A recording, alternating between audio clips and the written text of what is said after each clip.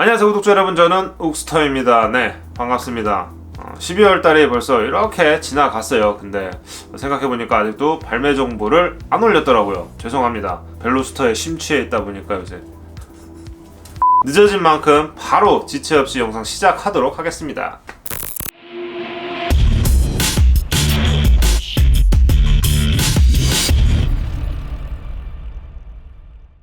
먼저 지금 이 영상을 찍고 있는 12월 4일 오늘이죠. 오늘 발매된 신발 먼저 소개를 시켜드리도록 하겠습니다. 바로 아디다스와 프라다가 협업을 통해서 공개한 슈퍼스타죠. 지난달부터 소문만 무성했던 아디다스랑 프라다가 협업 소식을 밝혔죠. 그래서 많은 스니커 매니아들이 콧구멍을 벌렁벌렁 거렸어요. 근데 베일을 벗은 이 협업은 실망만을 남기게 되었습니다. 아디다스 슈퍼스타 모델에 프라다 로고만 정갈하게 박아놓고서 그냥 그걸로 3,170달러를 받아먹겠다고 한 거죠. 그래서 도대체 왜? 라는 생각을 하게 만들었는데 다행히 신발을 사면 백을 준다고 합니다. 이제 좀 마음이 편안해지네요. 전세계 700종만 만들어졌고 국내에는 10종만 들어왔다고 합니다. 네, 지난번에 피스-1 에어포스1을 소개시켜 드릴 때도 말씀을 드렸지만 나이키의 포스 밀어주기가 계속되고 있습니다. 네, 이번에는 뉴욕시와 함께 NYC 파크 에디션을 만들어냈어요. 블랙 베이스 컬러에 다양한 패턴의 가죽을 넣었고 톱박스 안쪽에는 리플렉티브가 들어갔어요. 그리고 설포에는 NYC 파크의 로고 탭이 들어갔고 힐컵의 우드 패턴과 리플렉티브 로고, 그리고 아웃솔의 현란한 패턴까지 정말 다양한 디테일이 들어갔습니다. 보는 재미가 있는 신발이에요. 개인적으로도 굉장히 마음에 드는 신발이지만 아쉽게도 뉴욕시 한정으로 발매될 예정이라고 합니다. 그림의 떡이죠. 아직 끝나지 않았습니다. 12월 7일에 애틀랜타 소재 부티크 아마마니에흐의 수장 제임스 휘트너는 자신이 즐겨 착용하는 에어포스1을 자신만의 감성으로 재해석해서 판매를 합니다. 각 부위별로 사용된 가죽이 다 다른데, 그래서 이 톤 다운된 그레이 컬러가 약간 심심할 수 있지만 다양한 이미지로 만들어주고 있습니다. 그리고 여러분들이 가장 좋아하는 리플렉티브, 이게 스티치를 따라서 다 들어가 있습니다. 엄청나게 예쁘고 엄청나게 갖고 싶지만 아마도 여러분들한테, 저한테도 기회는 없을 겁니다. 왜냐하면 하이 모델은 5,914족, 로우 모델은 5,269족만 나오기 때문이에요. 우리들 건 없어요. 그리고 또 12월 7일에 한 가지가 더 나옵니다. 지난 한 달 동안 다양하게 모델을 전개했던 피어리스 컬렉션, 여러분들도 잘 아실 거예요. 제가 소개를 시켜드렸던 에나멜 컬러도 있었고 시계를 박아놓은 조던 모델도 있었고 굉장히 다양한 모델이 나왔었죠. 이 피어리스 컬렉션의 대미를 장식할 모델이 12월 7일에 발매가 됩니다. 기존 에어조던 1 하이 모델의 이 미드솔 안쪽으로 줌에어 유닛을 탑재를 한 이 줌 피어리스 모델은 가피 전체를 여러분들이 역시 좋아하시는 리플렉티브로 완전히 감쌌습니다. 그래서 블랙 컬러임에도 불구하고 빛을 쐬면은 반짝반짝 무지갯빛 컬러로 변하는 그런 모습을 확인을 할 수가 있어요. 아웃솔은 클리어 재질이고 그 안쪽으로는 줌에어를 뜻하는 Z가 무수히 새겨져 있습니다. 지금 요거는 나이키 런칭 캘린더에서 선착순 발매로 나와 있는데 아마도 드로우로 변경이 되지 않을까 예상해 봅니다. 자, 모두 도전하세요. 그리고 광탈합시다. 같은 날 또 하나의 에어조던 1이 나옵니다. 이번에는 미드 모델이에요. 근데 미드 모델이지만 깔볼 수가 없는 게 클랏이랑 콜라보를 한 모델입니다. 클랏의 수장인 에디슨 첸, 진관이죠. 이 진관이의 손길이 들어간 에어조던 1이고 지난달에 발매되었던 클랏 에어포스 1과 비슷한 패턴이 가피를 감싸고 있습니다.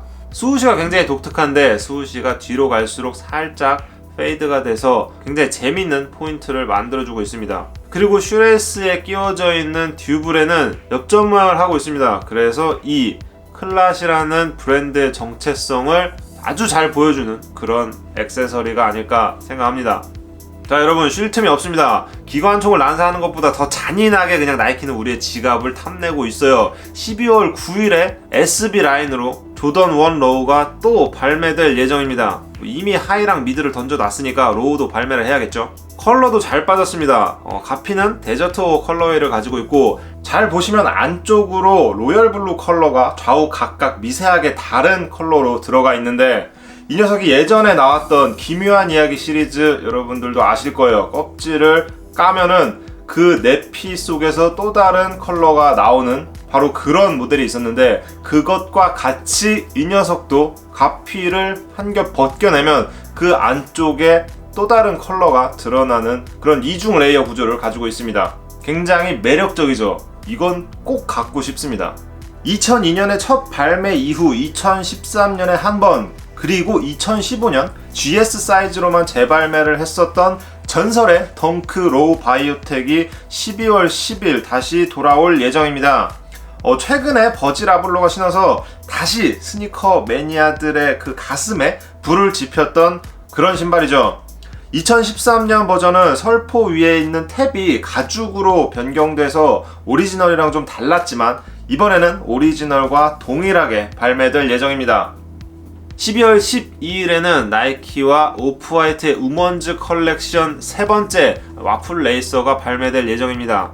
지난 6월에 발매된 줌테라 카이거 5, 그리고 지난달 발매된 베이퍼 스트릿, 그리고 마지막 모델인 와플 레이서가 바로 그 주인공입니다. 동일하게 스파이크 아웃을 가지고 있고, 이중 가피를 가지고 있고, 이중 슈레이스 구조를 갖추고 있어요. 저희 신사용 채널에는 지난달에 발매된 베이퍼 스트릿에 대한 리뷰가 있으니까 역시 참고해 주시면 감사드리겠습니다.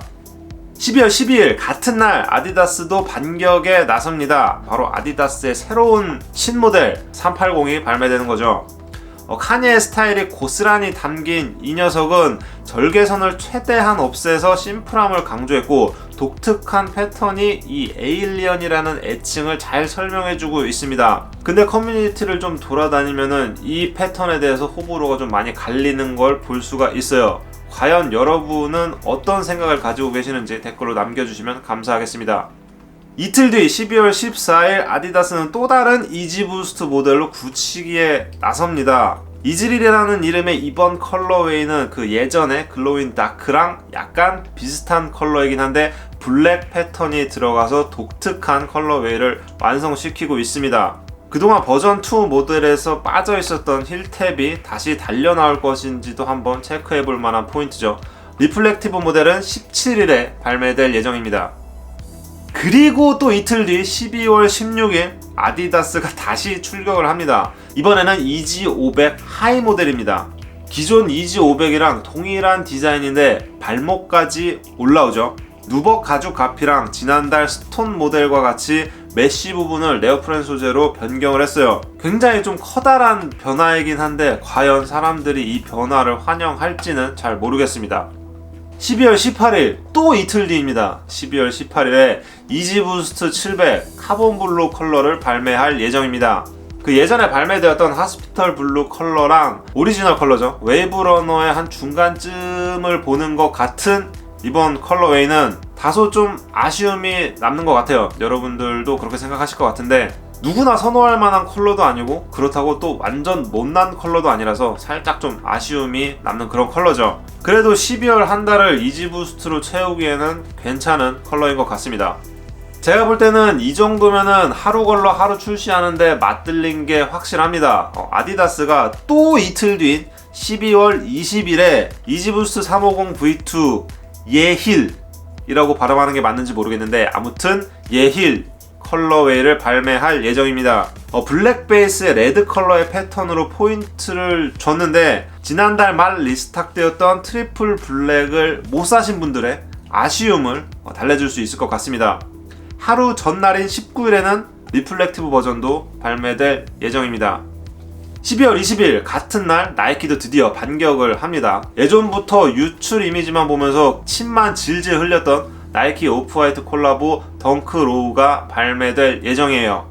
이중 슈레이스 구조랑 감각적인 세 가지 컬러웨이는 버질의 손길을 고스란히 느낄 수가 있죠. 다만 2020년으로 발매가 미뤄진다는 슬픈 소식도 함께 들려오고 있습니다.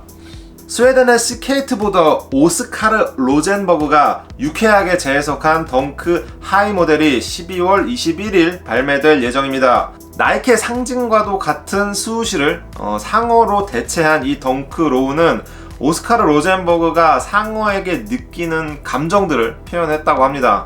잘 보시면 상어 이빨에는 피가 묻어 있고요. 설포 위의 탭에는 오스키라는 이름이 붉은색으로 레터링 되어 있습니다. 그리고 슈레이스 끝에 붉은 포인트 팁까지 붉은색을 포인트로 사용해서 굉장히 매력적인 모델입니다.